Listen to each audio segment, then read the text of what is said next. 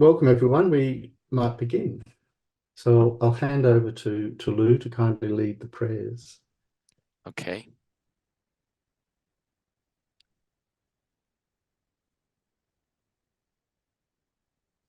The opening prayer is taking refuge in generating bodhicitta. I go for refuge until I'm enlightened to the Buddha, the Dharma, and the Supreme Assembly. By the merits I create to listening to the Dharma, may I become a Buddha in order to benefit all sentient beings. I go for refuge until I'm enlightened to the Buddha, the Dharma, and the Supreme Assembly. By the merits I create to listening to the Dharma, may I become a Buddha in order to benefit all sentient beings. I go for refuge until I'm enlightened to the Buddha, the Dharma, and the Supreme Assembly. By the merits I create listening to the Dharma, may I become a Buddha in order to benefit all sentient beings. Abandon evil doing, practice virtue well, subdue your mind. This is the Buddha's teaching. Like a star, an optical illusion, or a flame, a magical illusion, a dewdrop, or a bubble, like a dream, a flash of lightning, or a cloud, so should one consider all compounded things. By this merit may we attain omniscience and overcome our enemy, our harmful deeds. May beings buffeted by the waves of birth, old age, sickness, and death be liberated from the ocean of existence. The Heart of Perfection of Wisdom Sutra. I prostrate to the Arya Triple Gem. Thus did I hear at one time. The Bhagavan was dwelling on Master Vulture's mountain in Rajagriha together with a great community of monks and a great community of bodhisattvas. At that time, the Bhagavan was absorbed in the concentration on the categories of phenomena called profound perception. Also at that time, the Bodhisattva, Mahasattva, Arya Avalokitesvara looked upon the very practice of the profound perfection of wisdom and beheld those five aggregates also as empty of inherent nature. Then, through the power of Buddha, the Venerable Shariputra said this to the Bodhisattva, Mahasattva Arya Avalokitesvara: how should any son of lineage trained wishes to practice the activity of the profound perfection of wisdom? He said that, and the Bodhisattva Mahasattva Arya Avalokitesvara said this to the Venerable Shariputra: Shariputra, any son of lineage or daughter lineage who wishes to practice the activity of the profound perfection of wisdom should look upon it like this, correctly and repeatedly beholding those five aggregates also as empty of inherent nature. Form is empty. Emptiness is form. Emptiness is not other than form. Form is also not other than emptiness. In the same way, feeling, discrimination, compositional factors, and consciousness are empty.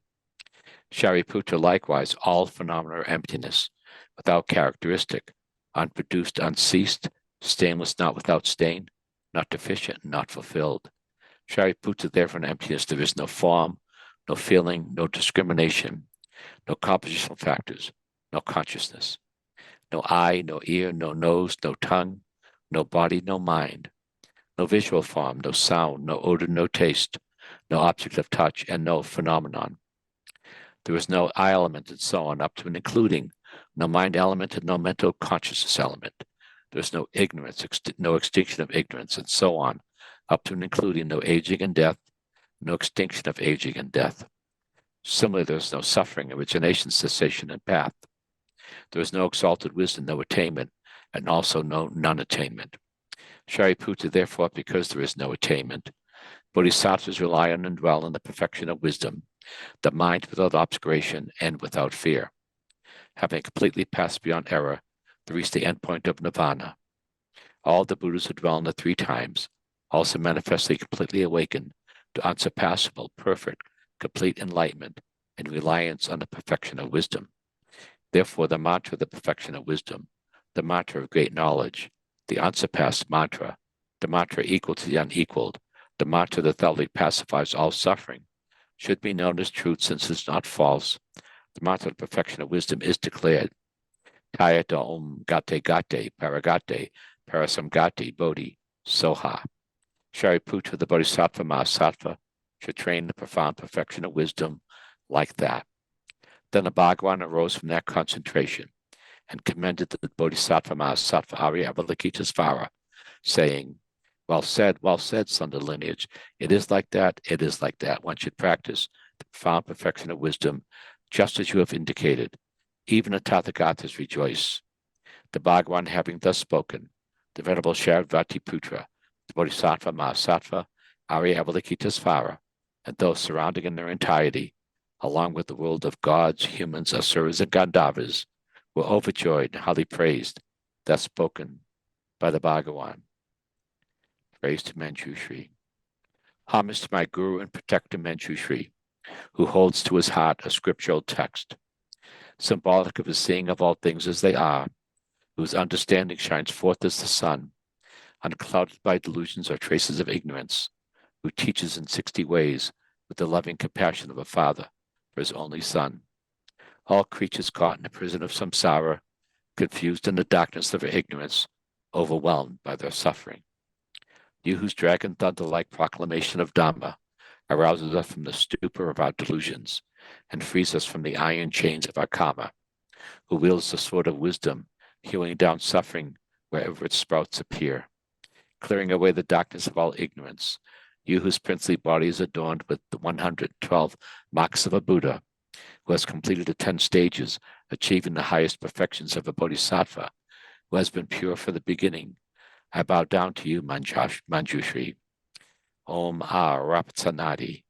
With the brilliance of your wisdom, O compassionate one, illuminate the darkness enclosing my mind, enlighten my intelligence and wisdom, so I may gain insight into the Buddha's words and the texts that explain them. By the virtue of offering to you assembly of Buddhas, visualized before me this mandala built on the base, resplendent with flowers, saffron water, and incense, adorned with Mount Meru and the 4 continents, as well as the sun and the moon. May all sentient beings share in its good effects. Please enjoy and bless me and all sentient beings to be released from the 3 poisonous minds, for I am offering without attachment my body, enemies, friends, and strangers, and all possessions which are the objects of my greed, ignorance, and hatred. O holy and venerable Lama, from the clouds of compassion that form in the skies of your Dhammakaya wisdom, please release a rain of vast and profound Dhamma, precisely in accordance with the needs of those to be trained. Idam Guru Ratna Mandalakam Neyatayami. I send forth this jeweled mandala to you, precious Gurus.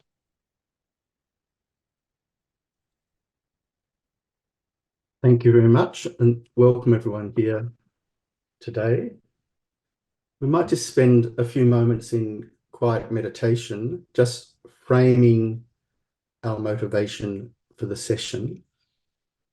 And so just to consider how the circumstances of being able to consider this extraordinary text by Shantideva are incredibly, incredibly precious. And so we generate a motivation to savor this opportunity of spending some time together, sharing in the meaning of the text and approaching the meaning of the text, and dedicating, or feeling that we're going to be dedicating over the end of the session towards the benefit of all beings.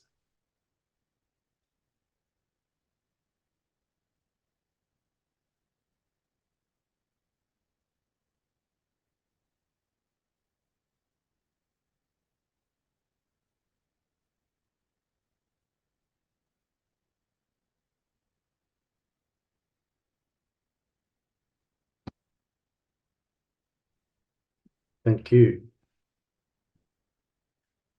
We're going to be continuing, and I'm going to just do a small recap of where we left off last week and then move ahead. So last week we investigated verse 19 of chapter 4, which fell under Gyaltsabje's subheading, "It is extremely difficult to be liberated from the lower realms." And the verse read, "And if I commit no wholesome deeds there, but readily amass evil, much evil, then for 100 million eons I shall not even hear the words, a happy life." So I then quoted Lama Tsongkhapa's gloss of this verse, which could be found in his middle-length Lam Rim. And again, I'll quote, If you definitely purify the causes of lower rebirths accumulated previously and close the door to newly engaging in them, then the fortunate births will not be hard to reach. However, this is rarely done. If you fail to do so, you go to lower rebirths, and once you've gone to lower rebirths, you do not create virtue, but continuously create bad deeds, whereby, as stated in engaging in the Bodhisattva way, you do not even hear the name of fortunate rebirths for many eons. So Tsongkhapa is very significantly discussing this point in a twofold manner. On the one hand, how, if via purification, we overcome the negativities that were performed and also block our continuing engagement in them in an active sense in the present moment, they will not become the causes, obviously, of lower rebirth, but of higher rebirths. So this can definitely be attained.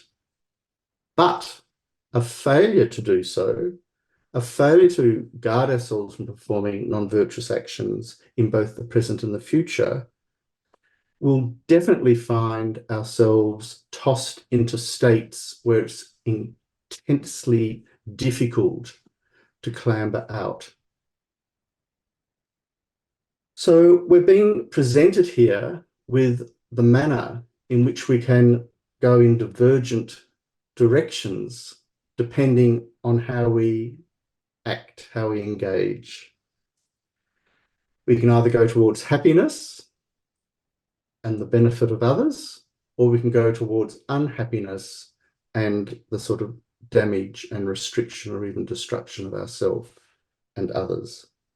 Moreover, if we choose the negative route, we invariably create a self-perpetuating cycle that's incredibly hard to break. So although we're reading this on a kind of macrocosmic level of realms, I feel it's important to bring this into the current experience in terms of how we fall into the cycle of negative mentation, negative constructions that we project onto the world. And because we see the world through the lens of our negative projections, we find it increasingly difficult to see opportunities and scope for behaving in a creative way that's going to lead towards happiness. In other words, we kind of dig ourselves in and we create everything to the same muddle. And so only the muddle is produced from the muddle. So we need to cut into this process somehow. And it's through conscientiousness, the subject of this chapter, that Shantideva is requiring us to consider as an incredibly potent direct tool for ensuring that we do in fact head off in that positive direction in any given moment.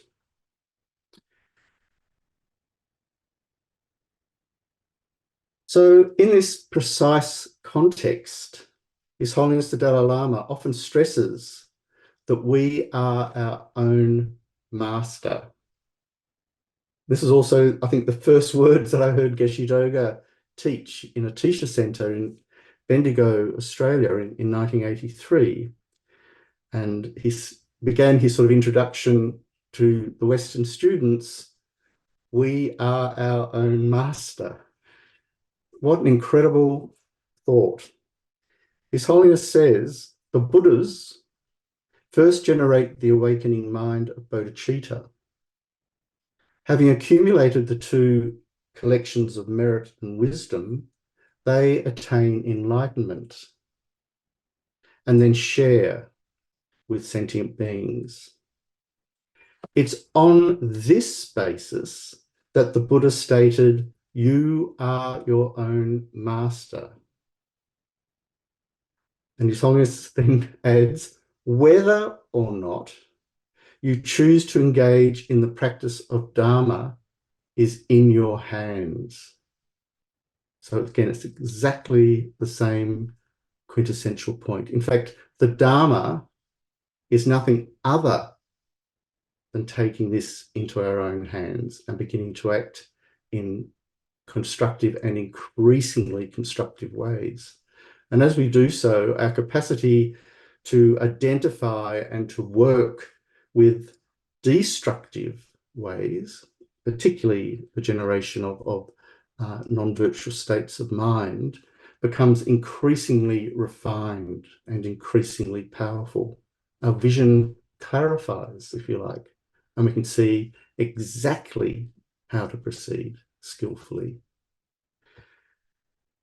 So this returns us once again to our immediately pressing topic, how to fully seize this current moment by recognizing and utilizing our precious human rebirth so that the conditions we'll meet will favor our continuous self-enhancing accumulation. I'm using self-enhancing in a very deliberate way there. Self-enhancing accumulation of the two collections of merit and wisdom, as His Holiness said. I say self-enhancing because by collecting merit and wisdom, we do enable ourselves to ripen increasingly towards virtue. And of course, this can be in no way considered a selfish act. It's the most wonderful thing to begin to do because we're beginning to take care of at least this one whom we've so carelessly treated before in countless lifetimes through unskillful action. So we begin to take care of this one, not because we want to achieve a solitary happiness or peace for ourselves or ourselves alone, but because without that stability, we're not unable to reach our hand out to benefit another. So through the collections, we accumulate the momentum to achieve enlightenment, which is the fruit of the Bodhisattva's path, in order, as His Holiness says, I think very beautifully, to share our experience with others. So the Buddha doesn't just hold on to their realization of enlightenment. The purpose of it is to be totally open and available for each and every being's need in countless universes. So verse 20, with Shantideva's customary logic, says, for these very reasons, the Buddha has said that like for a turtle to insert its neck into a yoke adrift upon the vast ocean, it is extremely hard to attain the human state. So we're really being invited here to think, why is Shantideva now pointing out how incredibly rare and difficult to obtain is our current precious human rebirth? So the source of this verse in Shantideva is from a sutra called Sutra of Nanda's Going Forth. So I'll quote from the sutra. Bhikkhus, if all this ground were to become a great ocean on which to yoke, a yoke, like a ring, a yoke with a hole is moved by the wind, upon which a yoke with a hole is moved upon the wind. And in that ocean, if there was a blind turtle that only sticks its neck out of the water once every 100 years, bhikkhus, what do you think? Is it easy for the turtle to catch the yoke with its neck? Tathagata, it is not so. The Tathagata replied, bhikkhus, similarly, it is difficult to attain a human rebirth. Now, there are a number of key points of this analogy. The blind turtle represents ignorant beings who are ignorant of the wisdom, specifically, of what to adopt and what to discard.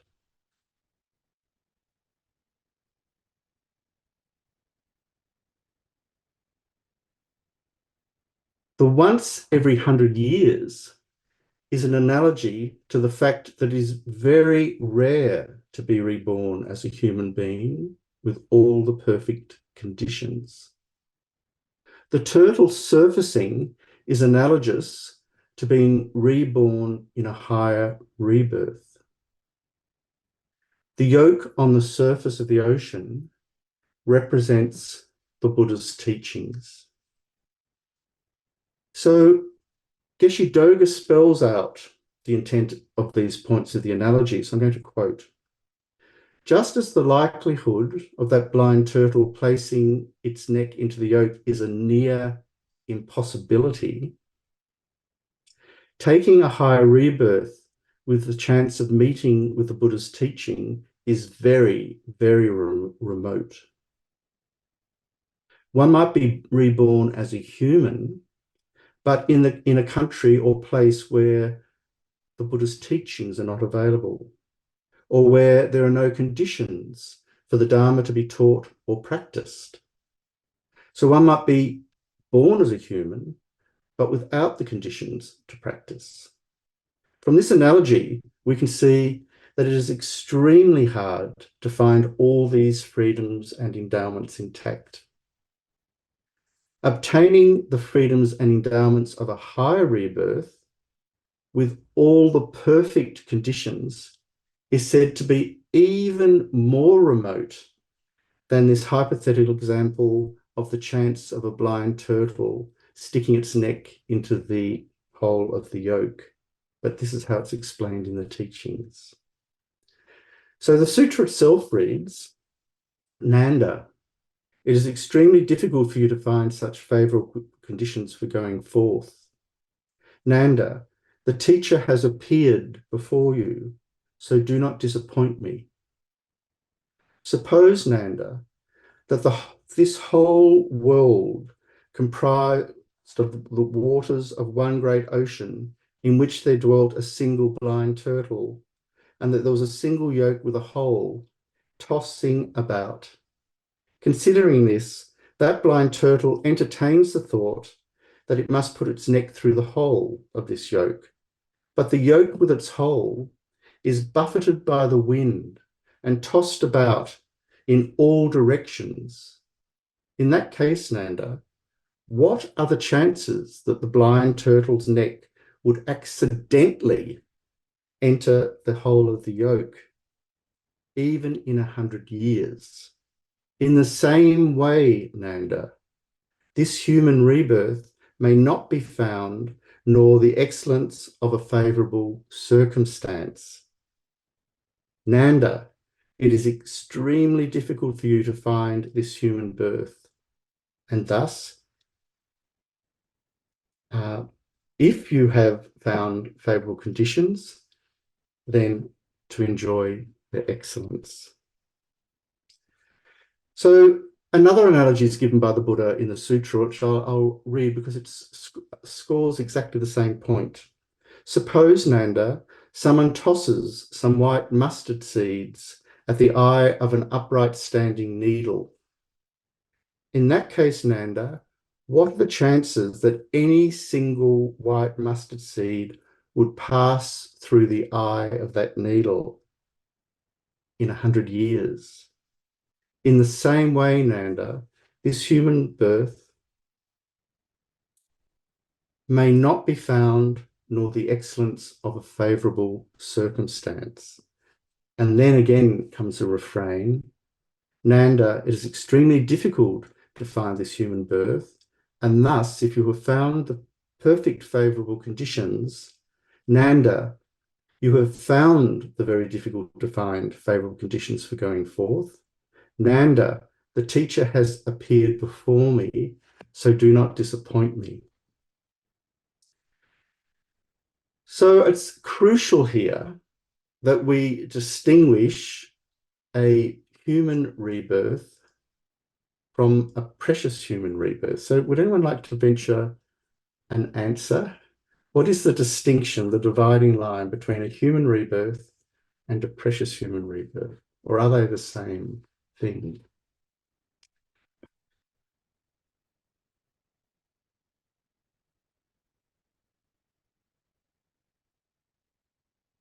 I'll try. Yeah, thank you. To me, a precious human rebirth is recognizing that we have some inner yearning and pull to practice Dharma. And then we find Tubten or Buling or whatever our center is, and a whole Sangha of humans, and then all these amazing teachers. And that is beyond precious. That's just unbelievable, rather than 10 years ago, I was cloudy. Yeah, Buddha's cool, hey, but not like now. So human and precious human rebirth. For me, that's how it is for me.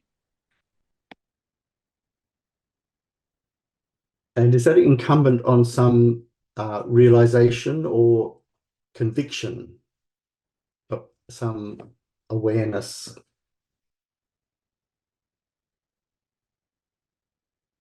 Yeah, it's built into your answer, yeah, already. Oh. You want me to answer or no? No, yeah, I'd like you to add to it. Yeah, thank you. Yes, it was humility and a big pie in the face of life experience that was like, whoa, this is karma.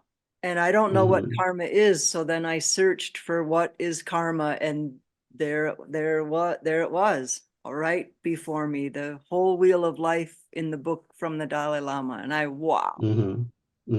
So this recognition of how frail, how delicate we are, what a mess, what a complete mess I was making. And most of us, more or less, we're making a mess unless we really, really start practicing. Yeah. Thank you.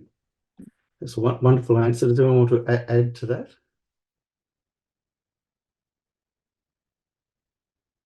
So I think the crucial point here is that a precious human rebirth is one that's endowed with the 8 freedoms and the 10 richnesses. And Chosang's very movingly encapsulated that in her account of encountering the Dharma and the way in which it begins to transform the way we see ourselves and the world, and more importantly, the way we begin to engage and to act.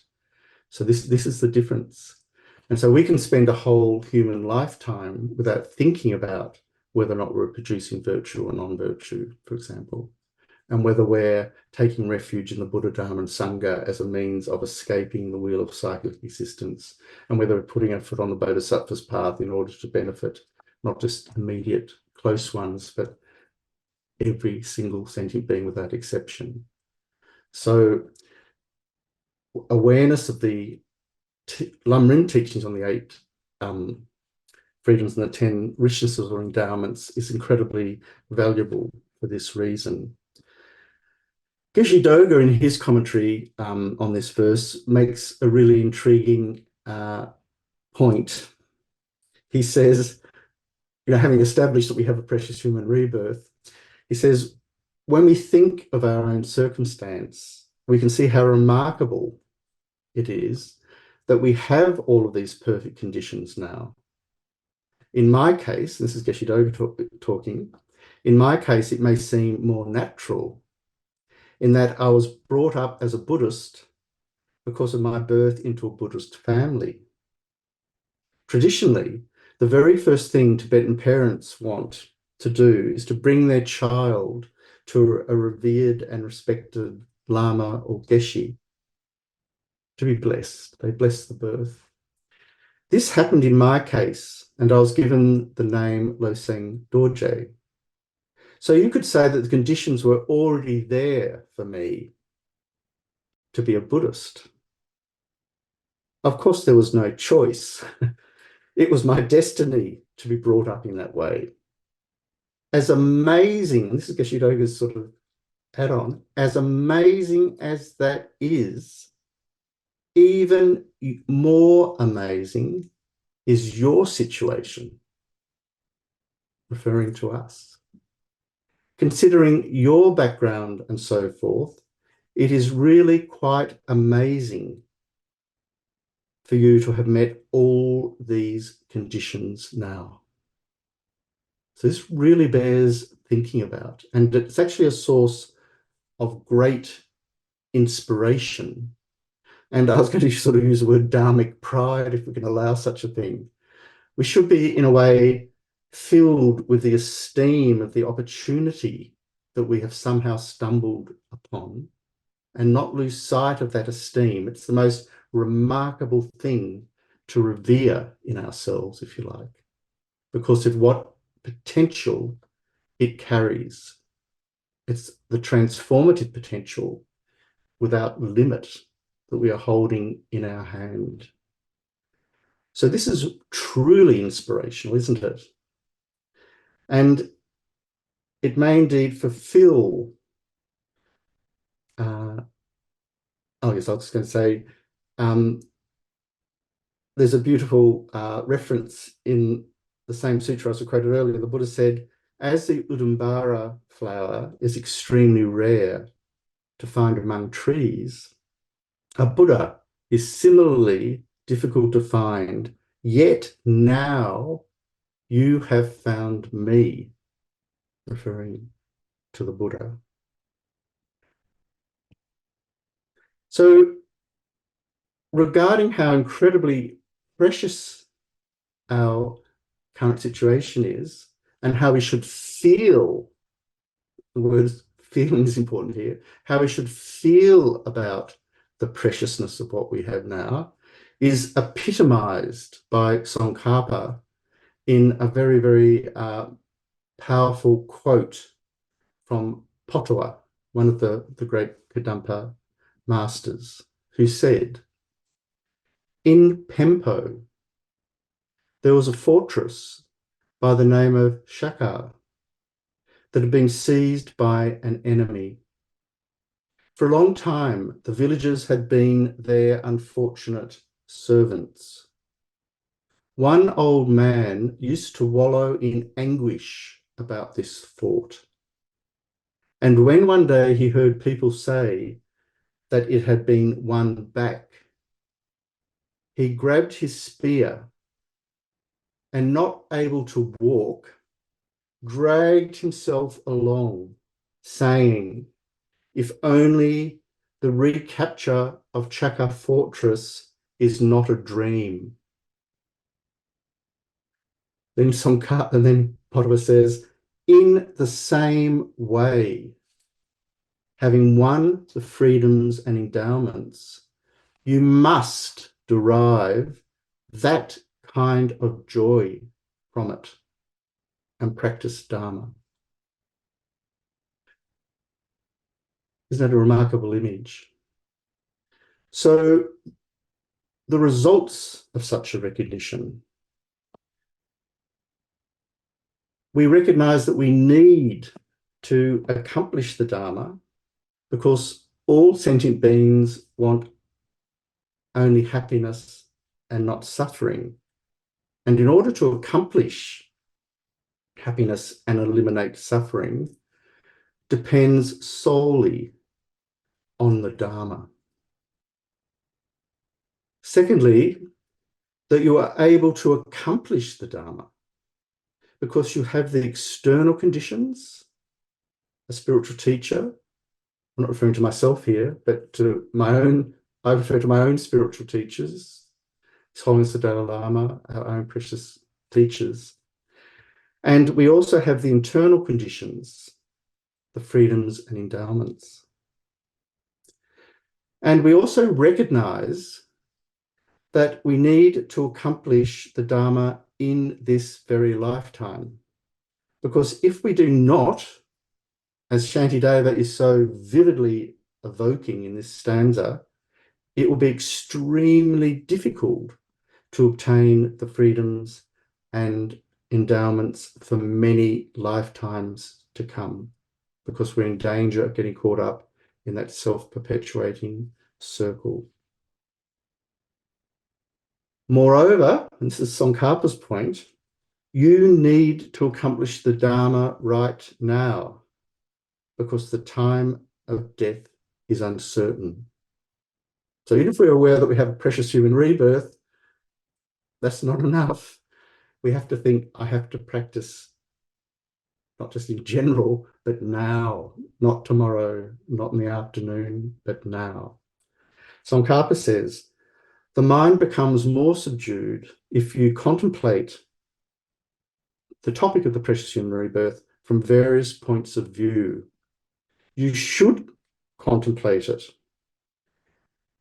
If you cannot do this by looking at the bigger presentation of the freedoms and endowments, you can subsume these topics under 3 points. What is the nature of this life of freedoms and endowments? How is it so meaningful? And finally, what are the goals, both temporal and ultimate, that we wish to achieve by performing skillfully actions according to cause and effect? So let's just do a short contemplative meditation here.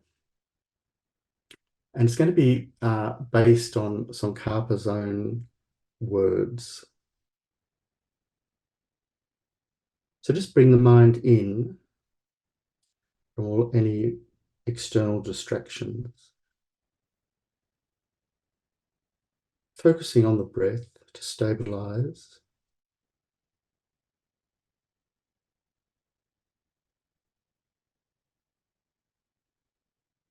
And now we contemplate the difficulty in obtaining the freedoms and endowments from the point of view of the causes.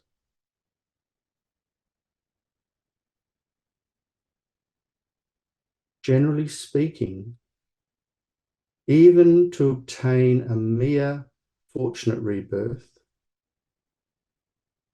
you need to cultivate one of the pure virtues, such as ethics.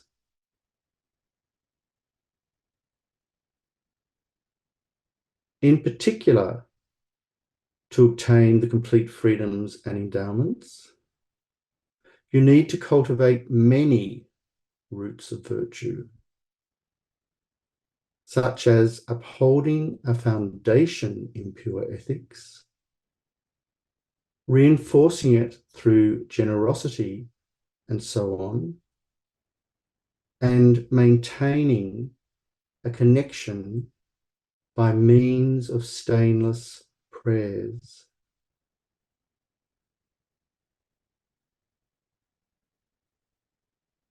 Tsongkhapa says, those who accomplish such causes appear to be very few. Therefore, having weighed this up, contemplate how difficult it is, in general, and in particular, to obtain the result that is the physical basis of a human rebirth.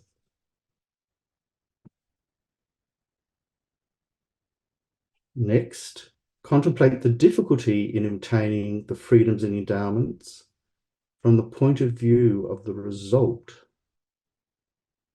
Meditate on the fact that, compared to the beings in the lower rebirths, different in kind from us, even a mere fortunate rebirth seems beyond the limits of possibility.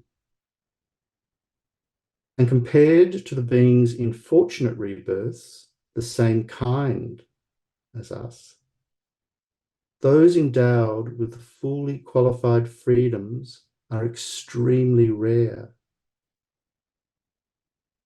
Geshe Dolpa laid great emphasis on this. He said that all other Dharma is brought forth by this understanding. And as this is so, you should make an effort accordingly. End of Tsongkhapa's passage. So this is really a framework in which we can explore consolidating the recognition or the realization that, yes, I'm currently in possession of this. So Gyaltsabje concludes his own commentary of verse 20 with the very succinct words, "Therefore one needs to make an effort to practice virtue when one is in a happy migration." So this is the synthesis of Shantideva's point. Because as he's just pointed out, if we don't, and we do find ourselves in a less fortunate state, the opportunity to practice virtue is going to be torn away or even smothered. So this is one of the reasons why Gyaltsabje places the next verses under a heading, very crucial heading, need to purify. And by that he means to conscientiously meditate on virtue. The very act, as we mentioned at the end of last week's session, of meditating on virtue is itself a purification. And Gyaltsabje gives three subheadings here. He says it's appropriate to strive in abandoning the infinite negativity accumulated previously. Why a single suffering in the lower realm exhausts that karma, but does not exhaust the karma of the lower realm, speaking generally, and why it is appropriate to strive in the antidotes to negativity. So the first subheading, it is appropriate to strive in abandoning the infinite negativity accumulated previously, pertains to the next verse, verse 21, Shantideva. If even by the evil of one instant, an eon may be spent in the deepest hell, then because of the evil I have gathered since beginningless lives, time, what need to mention my not going to a happy realm? So this verse clearly establishes why, in big bold letters, why it is appropriate to abandon negativity previously accumulated. If we had no backlog of negativities or negative imprints, as it were, there would be no incentive to purify those imprints of non-virtue. Indeed, there'd be absolutely no purpose in even considering to do so. However, this is far from the case. So the first two lines of Shantideva's verse, I think, require a little explanation, one that leads us deeper into an understanding of the law of cause and effect. And those lines were, if even by the evil of one instant, an eon must be spent in the deepest hell. You might think that's way out of kilter. How come one moment of negative thought can result in such a gargantuan result? And so in the commentaries, they all pinpoint the reference here, which is what happens if we show anger towards a Buddha or a Bodhisattva, a holy being. Because of the nature of that object being so powerful and so virtuous, our negative karma accumulated in conjunction with being angry at them is enormously greater, more potent.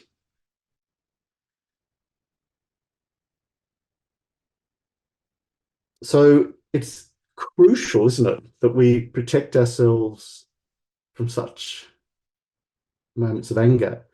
And in the oral teachings around these topics, we often hear the lamas say to us, if this is the case regarding being angry for one moment towards a bodhisattva, having such unbelievable negative consequences, then it is necessary to think, at least poetically, if you like, that each and every being who we meet may or may not be a bodhisattva or a Buddha. We can't tell. We can't even tell what we're doing. We just acknowledge that. And so how on earth are we going to be telling or judging to whom we're being angry? And so this is one of the reasons why we have to pull right back and never generate anger, for example. So that's the kind of side teaching on this topic. But fortunately, the same karmic logic applies on the side of virtue. You'll be glad to hear this. A moment of rejoicing in the kind actions of a bodhisattva can result in innumerable higher rebirths, as well as planting the seed to become enlightened ourselves. So again, we can enrich our practice by thinking that each and every sentient being we meet might in fact be a manifestation, strategic manifestation of a Buddha and a Bodhisattva appearing so as to offer us the opportunity in that set of conditions, that moment, to practice virtue. So that single act of kindness can be viewed in this way. It really adds a kind of a supportive foundation to the way in which we're practicing our virtue. I just saw a little story here because I went for a pathology blood test this morning, no big deal, and because I'm now living in Kite in a country town, I'm with a new medical clinic. I don't know the staff, and the nurse who was drawing the blood in her little office, she had a dozen eggs sitting on the bed. I was in a chair. The bed was over there and had a dozen eggs sitting there, and it said, free range eggs, $6 on a little sort of piece of paper. And I was going to be going to buy eggs after the appointment. So I thought to myself, I'll buy the eggs. And I asked her, could I buy them? And she told me that the reason those eggs were sitting there was that she was buying caged hens and taking them home and freeing them in her garden. And the chooks were so traumatized by the encaged experience, she said, that they didn't even know how to walk on the ground when she released them for the first time. And they didn't know how to bend down to the ground to pick up seed. So what a remarkable manifestation of the Buddha for me. You know, I'm going along to the blood clinic, you know, I'm thinking, oh, I hope I'm all right, kind of thing. I'm to have my blood taken again.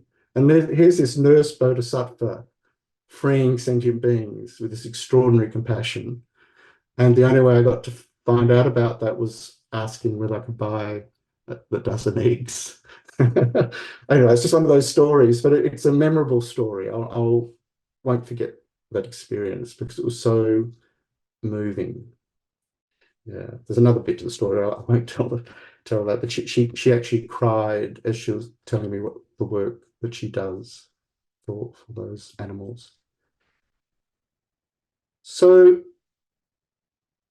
we must says Gyalp Sabje, train in purifying negativity by means of the four powers. So at this point of the commentaries, this topic arises again. And you'll recall, those who were present for the teachings last year, these were also very much discussed in the context of Shantideva's verses in chapter 2, 62 to 65. So I'll just read those. How can I be surely freed from unwholesomeness, the source of misery? Continually, day and night, should I only consider this? Whatever has been done by me through ignorance and not knowing, be it the breaking of a vow or the deed by nature wrong, I humbly confess it all in the presence of the protectors, with folded hands, prostrating myself again and again, my mind terrified by the misery to come. I beseech all the guides of the world to please accept my evils and wrongs, since these are not good. In future, I shall do them no more. So we find the four opponent powers embedded in these verses. But for the sake of further study, I'll just very, very quickly enumerate them. And I'm going to use Babonka Rinpoche's liberation in the palm of your hand. So it's as an example of a standard Lamrim presentation. So the first is the power of the basis. It's recognizing towards exactly whom we make the confession. And so according to the Golok tradition, we select either Buddhas or sentient beings, depending on the basis of our deeds. This is an interesting aspect. If we have performed a very harmful action against people, then we confess before those people. If we've incurred an infraction of our vows in relation to commitments we've made in regards to the Buddha, we use them as our object, as our basis for the confession. So in Shantideva's verses just quoted, we're confessing before the protectors, who are the guides of the world, because we're dealing, in the context of Shantideva's text, with our promise to engage in the Bodhisattva's deeds in order to become enlightened on behalf of our suffering mothers. So that's the reason why that's emphasized. The second power is the power of repudiation. This means regret or contrition. Without it, there'll be no incentive whatsoever to refrain from performing such actions again in the future. The deeper, the more sincere our regret, the more powerful will be our purification. In the Lamrim, says Babonka, we find the classic illustration of drinking poison. Obviously, the moment we realize what we have done, we urgently and earnestly seek to get rid of the poison from our bodies. Flush it out, don't we? Naturally, we regret our action and seek not to perform it again. So that's the kind of urgency we should have. The power of refraining from committing misdeeds. And this is often translated as the power of the promise. We're promising not to perform them again. It might also be called the power of restraint. We're promising to restrain from performing them again. The promise to restrain from the action can be for 1 week, 1 day, 1 year, 1 lifetime, 1 minute. We need to evaluate what's realistic for us. So there are some wonderful stories here. There's a story of a butcher, for example, who couldn't promise not to kill 24 hours a day because his family was dependent on his income as a butcher. So he made the commitment not to kill at night. And this resulted in incredibly fortunate experiences in future lifetimes. There's more to that story, but it's just an indication that we need to kind of frame it in a realistic fashion so that we have some possibility of fulfilling our promise and also rejoicing in the fulfilling of our promise. If we make a commitment, it's a bit like a New Year's vow. People chat about this stuff every year. Oh, I've made a New Year's vow. I'm not going to do this, or I'm not going to do that. And 2 days later, they've done it. The vow's out the window. So you don't make it for the whole year. You just make it for tomorrow if it's that hard to maintain. And the power of applying the antidote. So in Shantideva's verse, and he's referring to prostrating again and again, for example. And it may involve Bodhisattva practice, prostration of 35 Buddhas of confession, found in the Sutra of the Three Noble Heaps, the recitation of holy mantras such as Chenrezig, and so forth. But the point, and the crucial point, is that we must engage all 4 powers in a cohesive, integrated fashion. They must all be bound up in that practice of purification in order for the purification to be effective. So to extrapolate, well, I'm going to bring another aspect to this purification idea, is that we don't just purify those actions which we've done now, or may even anticipate we might be doing, if you like, but we can also reach back into beginningless time and say, through this moment of purifying the karma of having killed one animal, for example, may I purify all the karma of having killed others that I performed in all past lifetimes be also purified. And so this kind of expansive extrapolation is very, very, very, very powerful and very valuable to do, because it recognizes that we're not in our current situation perhaps capable of remembering all the negative actions we've done in the past. So we can assume we've done them.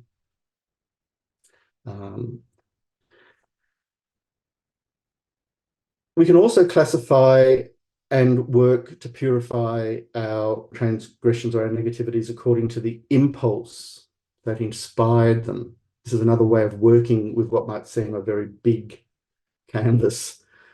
And so, for example, in the Royal Prayer of Noble Deeds, it says, under the power of attachment, hostility, and benighted ignorance, I have sinned with my body, speech, and mind. I confess all of these individually. So you can see here how we're looking at those poisonous minds as having enabled us to carry out those actions. And so by regretting those and wishing to purify them, by identifying them via the impulse that motivated them, we also reach them, if you like. So the caveat here is not to become downcast. And Geshe Doga advises us not to become disheartened, because we have indeed accumulated much negativity in the past. And we may even find ourselves seemingly to continuously engage in negativities now without much control due to our habituation with them.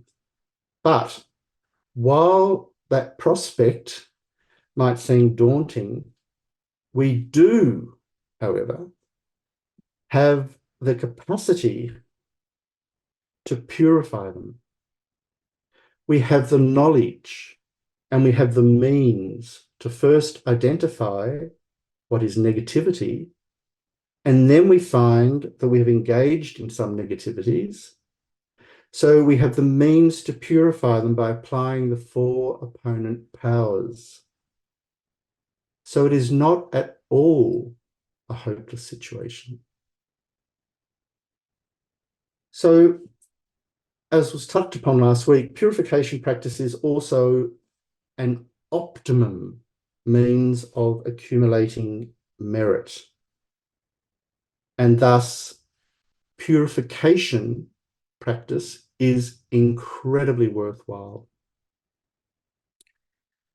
So, for example, by generating regret, we establish the momentum not to habitually engage in these activities in the future. If we don't regret, we have no reason not to do those actions again. And if we rejoice in good deeds, on the other hand, we'll find that our mind will naturally become happier and happier. And not only will there be more joy in our mind, but we'll find increasing capacity to perform virtuous and more virtuous actions. So this is the way we break that cycle that I was describing at the beginning of the session in relation to the earlier verse of Shantideva. So to bring all this back to our immediate exploration of Shantideva's verses, by engaging in purification in conjunction with the four opponent powers, we establish the mechanism to block the passage or doorways to the lower realm. And then also by engaging in virtue, opening the door or passage to higher rebirths.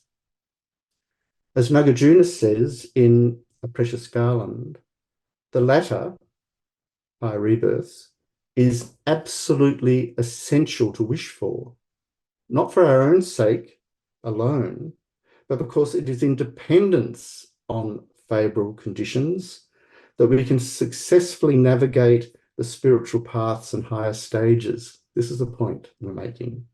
Nagarjuna says, in one who practices high status, definite goodness arises later.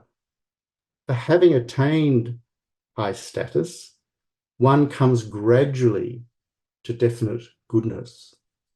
So in case you're wondering what Nagarjuna means when he uses higher status and definite goodness, the next verse explains, high status is considered to be happiness. Definite goodness is liberation. The quintessence of their means is briefly faith and wisdom. End of quote. So from these verses of Nagarjuna, we can also take away the fact that we must adopt a sequential approach to our spiritual journey. We can't expect, for example, to find definite emergence, renunciation, to arise without having first generated mere emergence, referring to an actualization of the practices pertaining to the small scope. So a small scope practitioner wants to emerge from the lower realms into the upper realms. A middle scope practitioner wants to emerge from the middle realms and leave samsara behind altogether. A greater scope practitioner is going to want to do something even more on top of that, which is to remove the obscurations to enlightenment in order to benefit each and every being. So you can see here how there's sort of a building up based on what has come before. This is one of the reasons, by the way, that we can't ever disparage so-called Hinayana practitioners. His Holiness is very strong on this because they are the foundation. He calls them the foundation practices. We can't proceed without them. We have to integrate them. So considered in this light, Shantideva's verse 22 is easily understood. I quote, by having experienced merely that rebirth in hell, I shall not be liberated. For while it is being experienced, other evil will be extensively produced. So what's required here of us is a deep understanding of the 10 non-virtuous actions that, together with a determination to desist in them. This is foundational ethics. And Geshe Doga, in his commentary to Shantideva's verse, says none of these 10 virtues are beyond our capacity. The virtue is the opposite of performing the non-virtuous actions. So not killing is the virtue, killing is the non-virtue. We can all abstain from killing, stealing, sexual misconduct, and so forth, while engaging in virtuous deeds, such as protecting the life of others, practicing generosity, and so forth. And so Geshe-Doga here is describing how we practice to accumulate the two collections that His Holiness mentioned earlier, method and wisdom, in order to fulfill the Bodhisattva's path.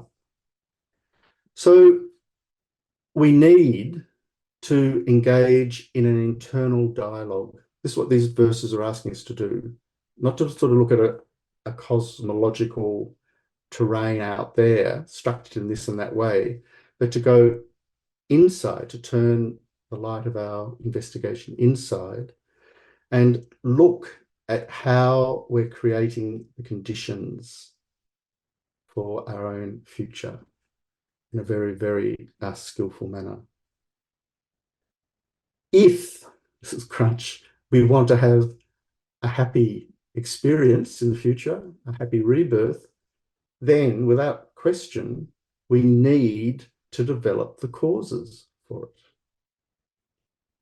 It's not just a case of lying back and doing nothing and just hoping it's going to come about with some kind of magical or miraculous power.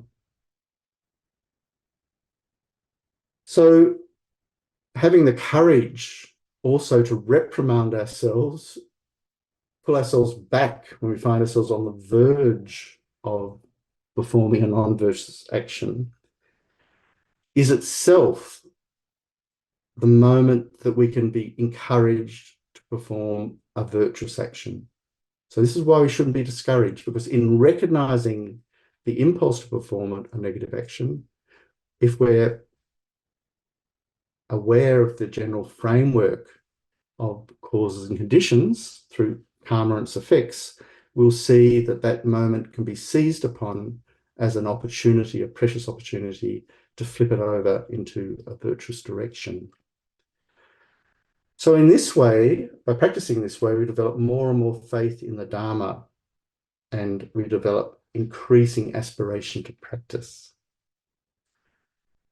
So Geshe-Doga says, quote, adopting a life of accumulating virtue and shunning negativity will gradually become more stable. For the sublime Dharma to take root in one's life. So this is how it takes root. We refer earlier in the Nagarjuna quote that he referred to faith and wisdom as a means of acquiring higher rebirths and states of definite emergence.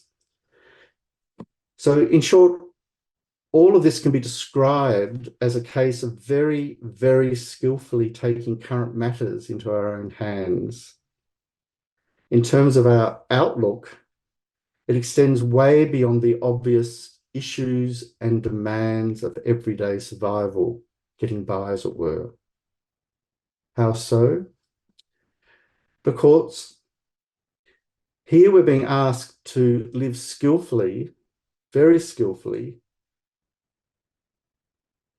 in the present, so that we will engender positive conditions in the future. So you can see here that these teachings immediately invoke the three principles of the path, the need to practice the three principles of the path: renunciation, bodhicitta, and the realization of emptiness. So I just mentioned that because it's another way of talking about the same framework.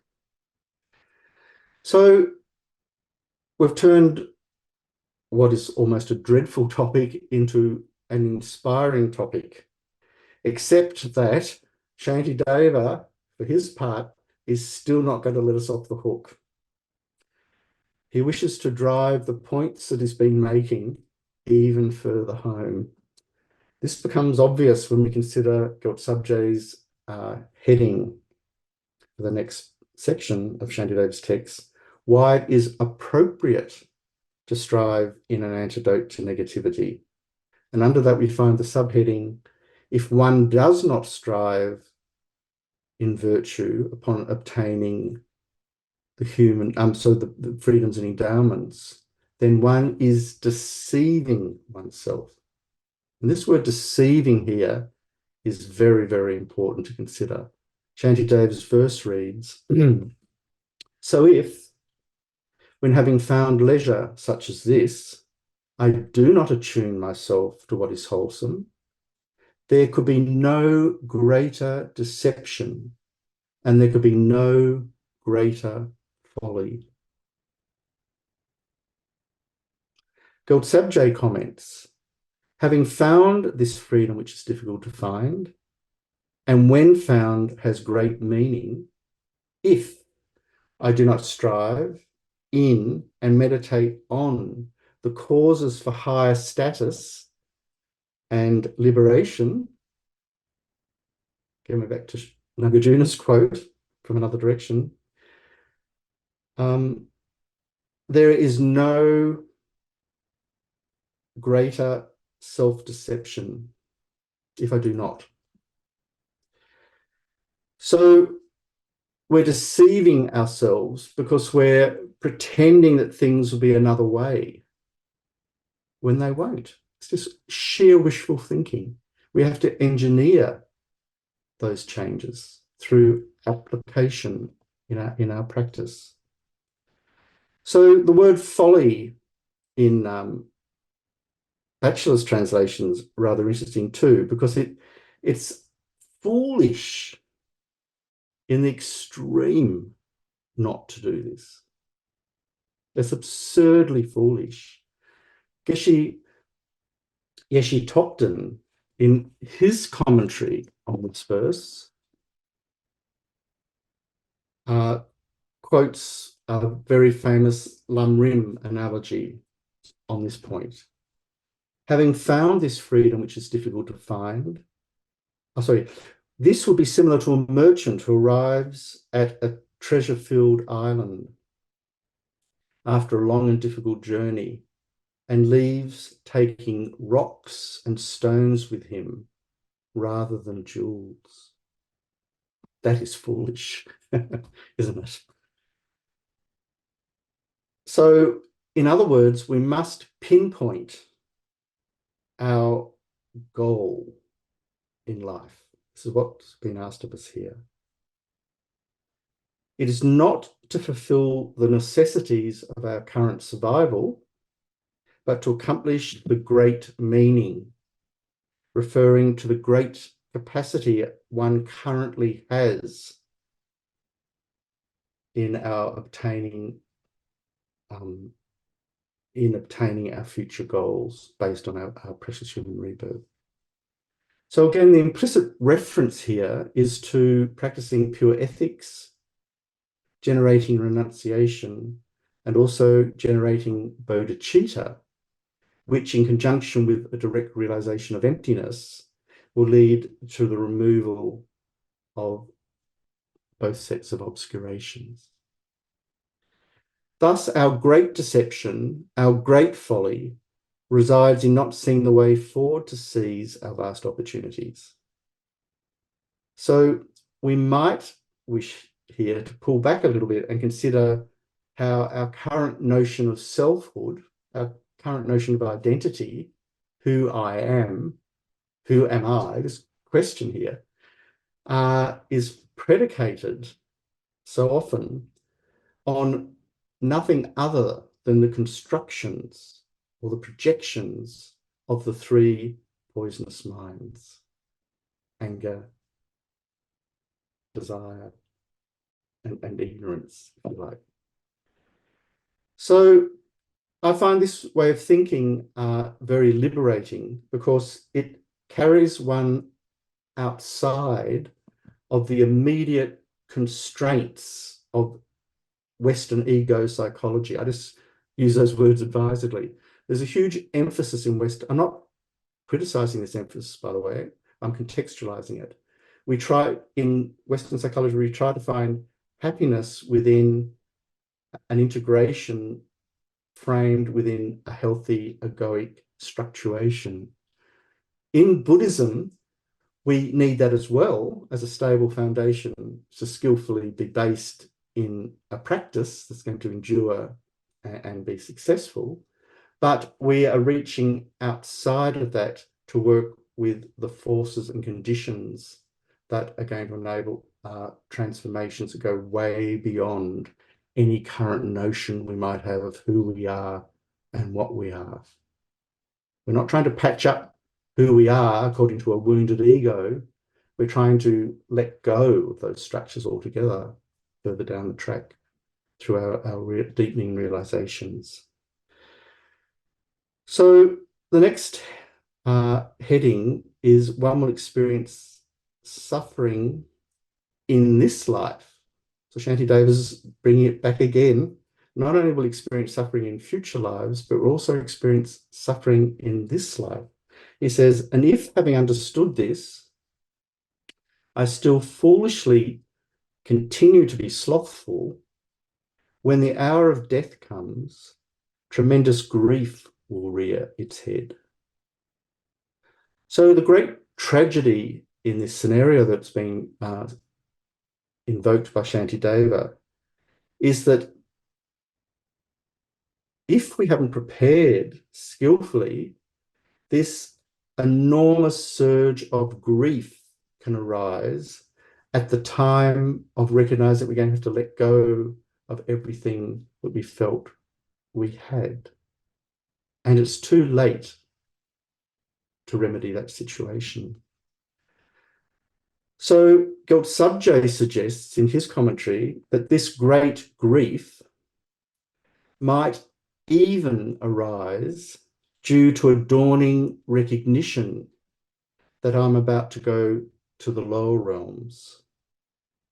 And Geshe Doga adds in his commentary that we can't dismiss the possibility of this happening, because sometimes people do have visions of their future rebirth at this time. So I won't dwell on that. The point we want to make is that a Dharma practitioner, someone who's genuinely practicing Dharma, will not have the circumstances for this kind of grief to arise at the time of death. And so we can identify three kinds of spiritual beings at this moment. Great practitioners, the most accomplished ones, will experience only joy at the time of death. How remarkable is that? Only joy at the time of death. Middling practitioners will have no fear or hesitation at the time of death. And lesser practitioners, or least practitioners, will have no regrets. So therefore, we are to appreciate that Shantideva is provocatively casting us as beings who have perhaps even less qualifications or achievements than the least practitioner. If we can't really dread the idea, then we need to look a little bit more deeply into where we are. Because it would perhaps be the case that we are feeling dread and fear because we have yet to give up our worldly attachments, and thus we seek to cling to them white-knuckled until the very end. So in such circumstances, a lacerating grief can arise due to the sheer vanity of such an endeavor. You know, the tighter we hold, the more painful it's going to be to let go. So the regret that manifests as we become aware that we're about to fall into the lower realms is itself only a harbinger of the remorse we are to experience once we have been reborn in states where our body, in quote, blazes for a long time, because we are within the unbearable flames of hell. So this is the scenario that Shantideva is sort of pointing out. Verse 25, then if my body blazes for a long time in the unbearable flames of hell, inevitably my mind will be tormented by the fires of unendurable remorse. So again, we're being reminded in Subjay's commentary and others that such a fate especially awaits those who have committed the great downfall of allowing their bodhicitta promise or commitments to degenerate. Thus, the subtext here is that we are to make urgent effort to uphold our virtuous pledges and commitments and not to commit any downfalls, and certainly not leave any downfalls unpurified. In other words, back to our purification topic, one is to immediately apply antidotes to our faults in order to secure the stable foundation for maintaining a safe direction. So in Sonam Senmo's commentary, we find the following admonitory advice in relation to this verse. He says, one has obtained freedom, the basis. One has clearly distinguished good from bad. And thirdly, it is only logical. The word logical is important. It is only logical, therefore, to persevere. So Geshe Doga recommends that it is common sense. This idea of logical, it's sheer common sense to behave in this responsible, constructive manner. And utterly slothful, that early word used by Shantideva, and wasteful to do otherwise. In other words, it's nonsensical. This assessment is vividly rendered by Shantideva's next two verses. Having found by some coincidence this beneficial state that is so hard to find, if now, while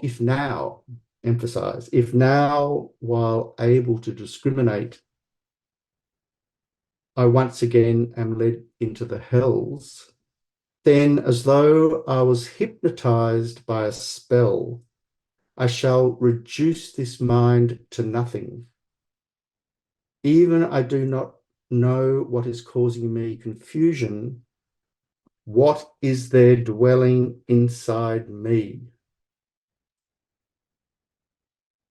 So the meaning, I think, becomes obvious here when we consider Sonam Senmo's commentary. He says, to behave in this way is to lack autonomy, like being manipulated by evil mantra, which has destroyed one's perseverance.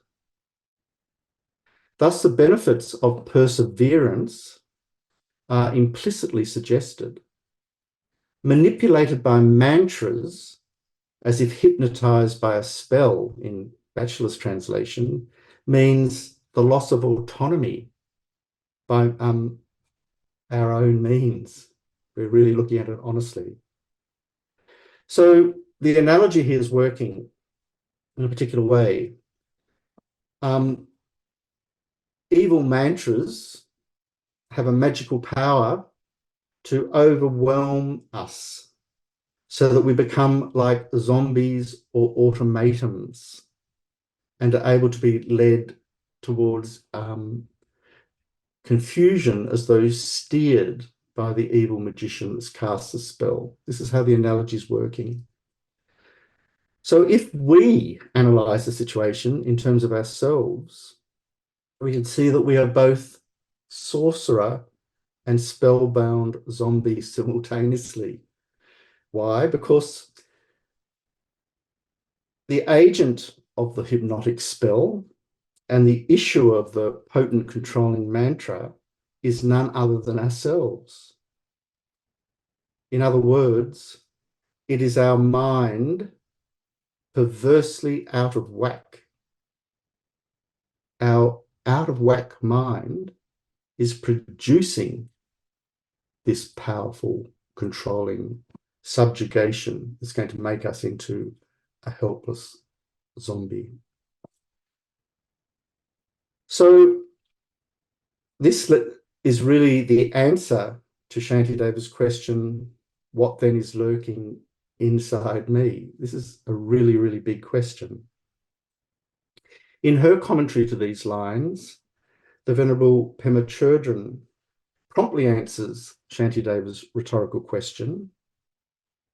And she says the answer is our kleshas, limbless and devoid of faculties, with in essence no substance or no solidarity at all.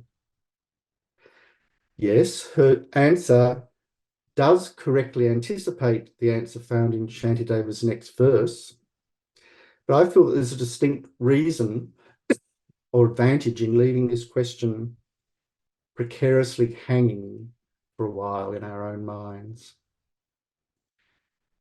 because it enables us to more vividly recognize the stakes of our situation. So it's indeed sobering to consider that laziness, which is the opposite force to perseverance, is capable of rendering such peril. This is another way in which Shantideva is inviting us to wake ourselves up. He's trying to get us to shake out our laziness, our reluctance to skillfully act. Usually when we consider laziness or procrastination or hesitation, we think of it as just a kind of sloppy, careless, even mild, even benign kind of mind. But in the context of Shantideva's presentation, we can see that it is much, much more fraught than that. In fact, it's blocking us.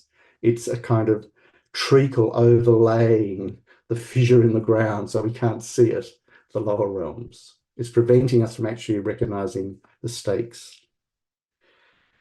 So Shantideva, when he asks that question, is asking us, in the words of Geshe-Doga here, to identify the real culprit. Geshe-Doga says, then, as emphasized here, lest one falls into laziness and becomes complacent, one should be thinking in this way again and again about how there is something within that is causing such confusion. Not without, isn't it? But within. This is the crucial point. Shantideva says, as we just quoted, even I do not know what is causing me confusion. What is there dwelling inside me? So Shantideva is now going to pursue precisely an identification of these internal causes and conditions. And that's going to be made obvious by Shantideva, Young Subject's heading. So I might stop here for the moment because once again, the material is quite hard-hitting, I think we have to agree. Extremely challenging, and it's perhaps not the kind of information you would necessarily share at a dinner party, is it? Unless it was a dinner party of people who had some sort of lumbering framework to understand the points more comprehensively. And so that's why I've tried today to navigate these very, very galvanizing verses, but always with the focus on what it is that we can begin to do. So would anyone like to contribute a story or some thoughts or reflections on the material topics that have been communicated? Sorry, I can't hear. Stephen, is it? Oh no, Jay's first. I think that's Stephen. Hi Jay, you're muted at the moment. There we go. Oh, there we go. Wonderful. Okay. At some point with regards to this, I've got a couple of things. One of which is when I don't follow what I know I should do, guilt comes in, and it's not a beneficial emotion. So that's number one. So I'm not quite clear in the material we've gotten how to address that. Number two, Shantideva did not live in our culture. This is an ongoing question for me. I deal relatively relatively well on a one-to-one basis in terms of being able to see somebody as a bodhisattva. It's like corporations, governments, large entities where I find my upset is, what can I say, unmanageable. And I know that it's not a beneficial thing. So those are my two issues that this is bringing up. Thank you. Yeah, thank you.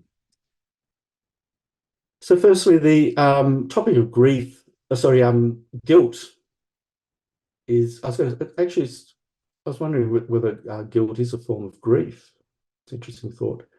But does anyone have any thoughts on that topic? Because it is an important one, isn't it? Because we know what guilt does to us. It kind of demolishes our self-worth, doesn't it? It makes us feel hopeless and even pathetic.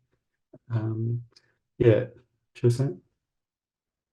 I was doing the Vajrasattva today, and Thubten Choying, who I watch on the YouTube, she said guilt is like a unproductive form of regret. So just switch it a little bit from guilt and where you're beating oneself, someone's beating themselves up and not moving forward with recognizing they were lazy or whatever the issue is, but just switch it a little bit to get over to real regret, and then you can do it's an opponent power. And I was like, wow, okay, cool. Yeah, and so, I think it's a wonderful answer. Yeah. One of my quote lazy things, I've been trying to watch my lazy parts, or my part that wants to be distracted and just tune out, like, oh man, today was a long day, blah blah blah, I just want to watch a video. So I watch a video, the Australian border security, these weird, why am I attracted? I was asking myself, why am I attracted to these things? And I just started watching them a week ago, but I try to watch it with a Buddhist view of how many people lie and deceive themselves and try to deceive the government, whichever part of the world they're coming from or going through, to get these things through the customs so that they get to have their addiction.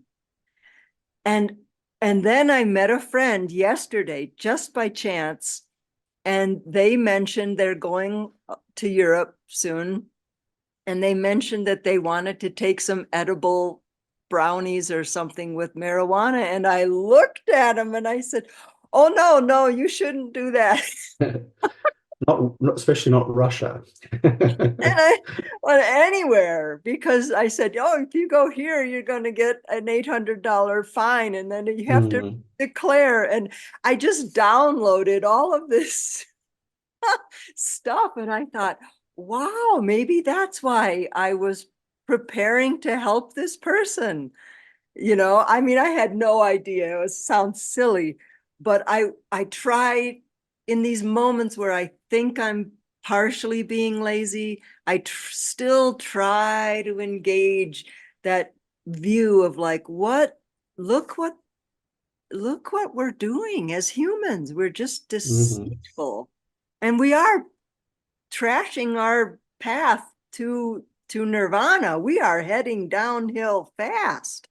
And then I'm just like, okay, I got to turn it off. And then I go do Vajrasattva. So all of these things are sort of caught up, aren't they? Yes. Yeah. Guilt, it's a question from a Buddhist perspective. We need to look at what guilt sticks to. Like, what does it stick onto? Because if it's going to be kind of maintained and even preserved and even inflamed guilt, we sort of build on the guilt by feeling guilty that we're guilty and so forth, and it we sort of aggravate it and becomes more and more intense, and then we feel more and more hopeless, and then we feel more, so forth. It aggravates itself. This is all predicated, according to Buddhism, on a mistaken view of the self, of person, that there is something concrete there in and of itself with inborn characteristics and features that is performing outwardly to an objectively existent world that exists independently of it also.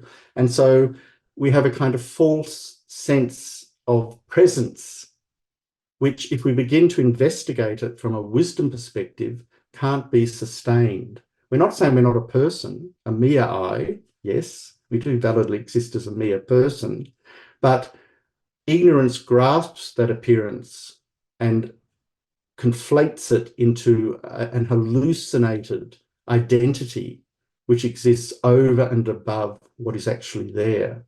And so all of the afflictions stick to that inflated production and are even seen to be its essential nature. That's why guilt can be so apparently painful, because it seems we're really feeling something terrible about ourselves, really. Buddhism's going to say that that terribleness really is the product of adventitious defilements, which are only there for the duration that we have produced the causes for.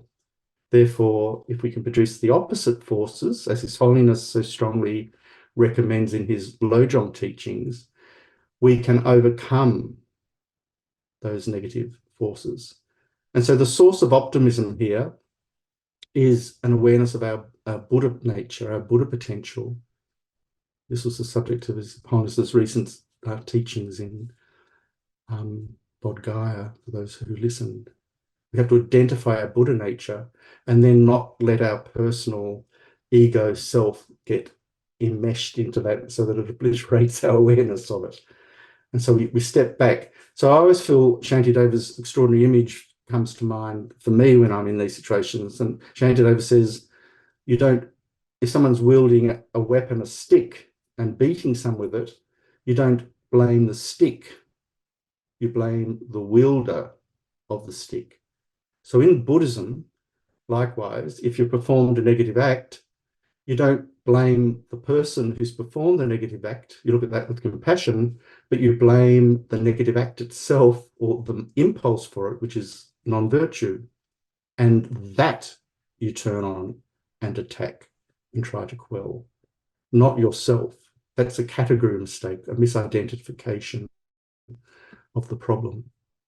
So that's perhaps one way of dealing with this idea of guilt, because it's a failed sense of self. And it's very interesting that when the Tibetans, this is a generalization, but you do hear it frequently from different directions, meet or have met the Western people, they often get amazed at how self-deprecating we are. We're full of self-recriminations, which is another way of talking about feeling guilty. We feel guilty for just being who we are. You know, someone who's anorectic feels guilty for simply being the way they are, so much so that they stop eating and so forth. And so these kinds of momentums are very, very powerful in our culture because of the strong emphasis on self-actualization through consumption. I'm not talking about food consumption, but through acquisition. You have to be right profession, right doctor, right age, right appearance, right dress, even the, you know, down to the finest details of what color your nails are or not.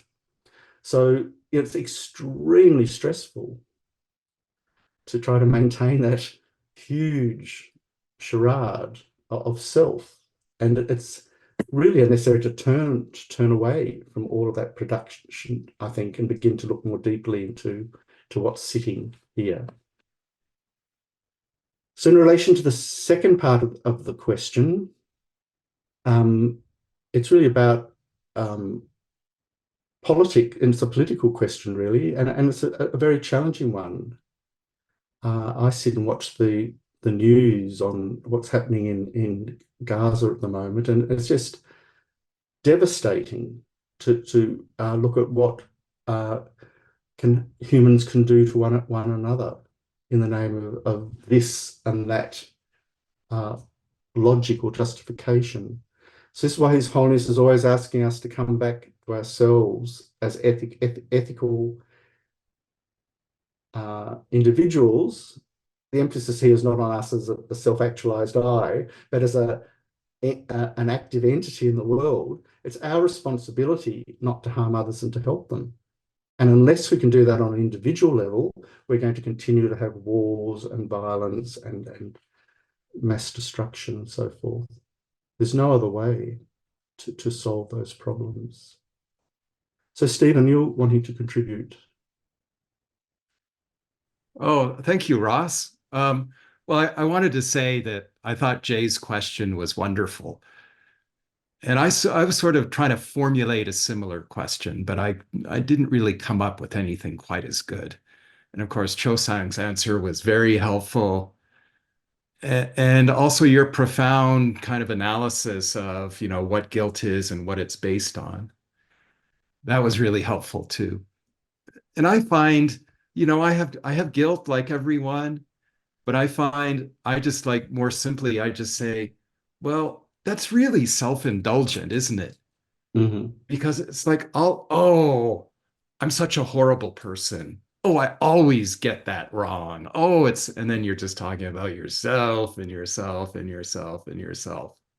I can see Cho Song, she's shaking her head. Yeah, no, you just don't want to go there, because you're just sort of, as I said, self-indulgent, but you're not even helping yourself, let alone anyone else. You're just kind of wallowing a little bit. And I kind of go ahead, Dr. Ross. No, go ahead. You wanted to, sorry. Yeah, and then really, the question I was trying to formulate is like that. Jay put it in terms of corporations and nation states and factions and so on battling. And to me, it's in a way, it's almost incomprehensible because, whether you favor one side or another, you can see all of these negative actions are going to rebound upon both sides. Whatever one state does in order to protect their own borders and the integrity of their country by harming others, it's just going to come back. You're just making more enemies and so on. So it's kind of, it's a real conundrum. And whether it's, nation states or factions, political concerns, economic concerns, it's whatever it is, it kind of comes to a point where, how do I deal with this? Something that I can't really have much, if any, control over. I might write a letter, or I might, express my discontent or my ideas, but really be unable to change anything. How do you sort of remain kind of engaged, like without turning off and saying, oh, this is samsara, it's horrible, everyone's suffering. So, just trying to get out of it, just avoid it. Yeah. Go ahead, Ross, please. No, I mean, there's so much going on here in terms of topics being sort of generated. I think a hang of guilt is a good thing up to a point, because it's in a way a shock recognition of the gravity of something that we've ourselves performed. And so in a way, a guilt is a beginning of a waking up of our conscious awareness that we have acted in a damaging or unskillful way. But to remain in that state is unhealthy. And it's going to emburden us in a way that's going to make us, cripple us, make it very hard to act. So at that point, we should drop cross-legged onto our meditation cushion, even if we haven't got one physically there, just mentally drop onto our meditation cushion and try to transform the situation that we've got ourselves into using the Lojong techniques, such as giving and taking, for example. And in that way, we change the algebra that's enabling that guilt to foster and even self-replicate, if you like. And we actually we flip the tables, like your jujitsu move that you like to talk about. Yes, Dr. that's Ross. right. Exactly right. Because all of a sudden we're in control when we undertake something like Lojong. And I was thinking too, as part of the answer would be to recognize Shantideva's third type of laziness, which is self-deprecation. Isn't that interesting? Through self-deprecation, we diffuse our capacity to act skillfully or virtuously. We render ourselves inoperable, and we wallow in that state of inoperability. And that is a form of laziness, Shantideva says. Wake yourself up and get up and do something. Don't sit there. So we need to approach these things from many angles. Sometimes when students approach Geshe Doga about a capacity they have for getting angry very quickly, he says very direct things such as meditate on the anger. Meditate on the mind of anger itself. Visualize the person with whom you've been angry in your meditation. Re-envisage the structure and the sort of the words and actions that were happening around that situation that enabled you to generate that thought, and then dismantle them analytically to see what's going on. And we'll find invariably that, and it's going to come up very shortly in Shantideva, inappropriate attention is at play.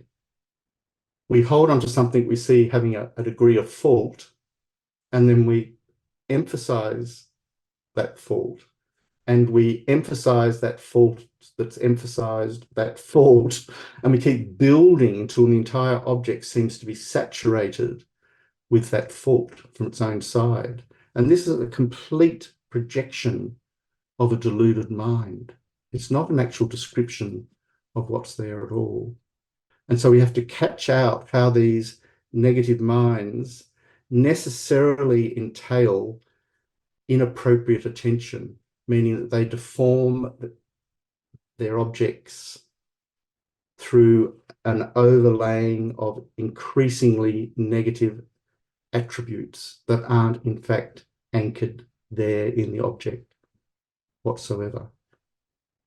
So it's the same for our application of guilt. There's no stable basis for that guilt as a really bad person. There's no really bad person here, really. But functionally there can be if I produce lots of negativity and perform lots of negativity, but that's not the ultimate identity of who or what I am or what I might be.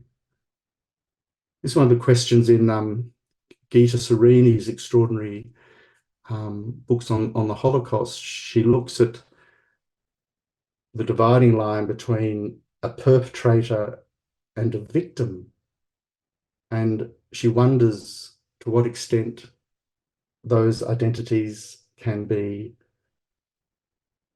moved around according to circumstance. In some situations, we can be an aggressive perpetrator, can't we? In others, a victim of someone else's perpetration. And so in that variety, what's underlying the problem is this generation of harsh or negative thought, controlling thought, whether in ourselves or in others. And as we can't control their minds, we can control our own. So we begin to work with what's arising here. And then our social politics can then operate from that basis. I think we should have social politics. I get worried often with my Buddhist friends. I say, well, what do you think about this happening? They go, I don't read newspapers. I'm not interested in the media. I'm only interested in my practice.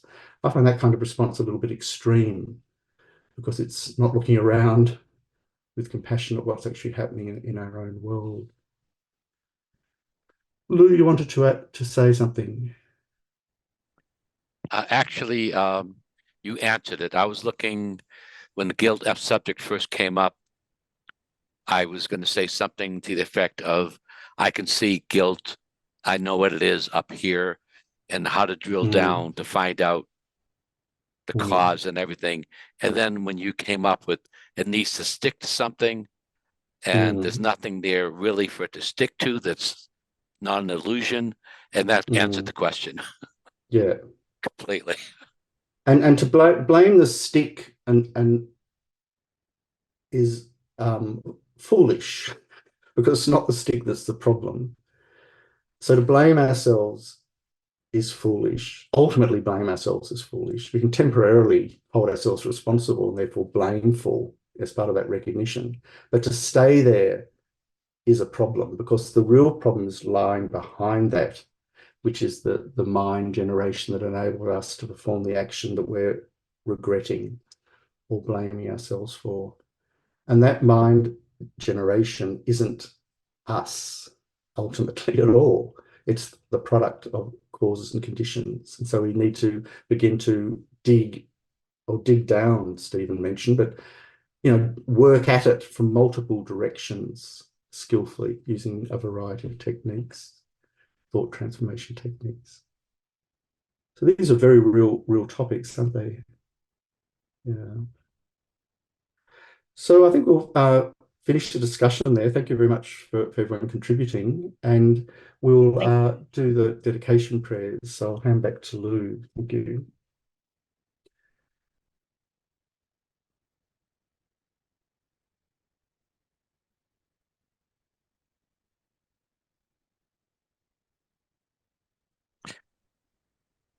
Dedication prayers from Shantideva. For as long as space endures, and for as long as living beings remain, until then may I too abide to dispel the misery of the world. May all the pains of living creatures be ripened solely upon myself, and through the might of the Bodhisattva Sangha, may all beings experience happiness.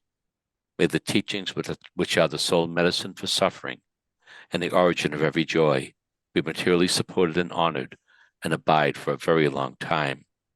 I prostrate to Manjughosha, through whose kindness wholesome minds ensue, and I prostrate to my spiritual masters, through whose kindness I develop. Due to the merits of these virtuous actions, may I quickly attain the state of a Guru Buddha, lead all living beings without exception into that enlightened state. May the supreme jewel bodhicitta that has not arisen arise and grow.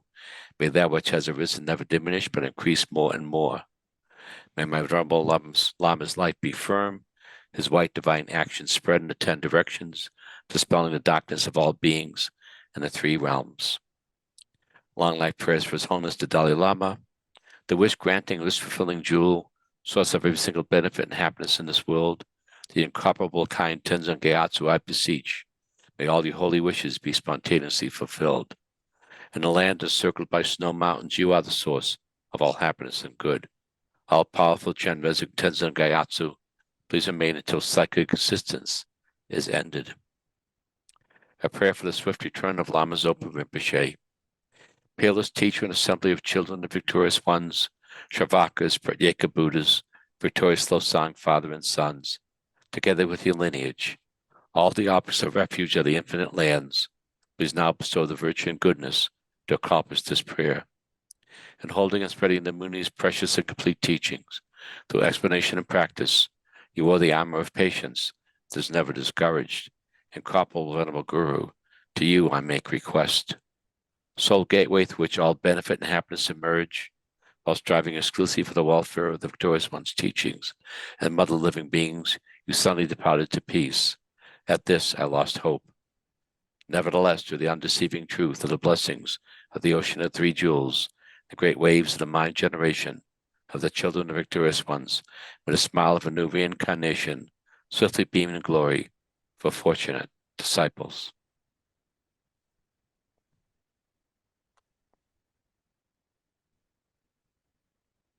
Thank you very much. We can finish there. So it's been a delight to spend some time together, and look forward to meet everyone next week.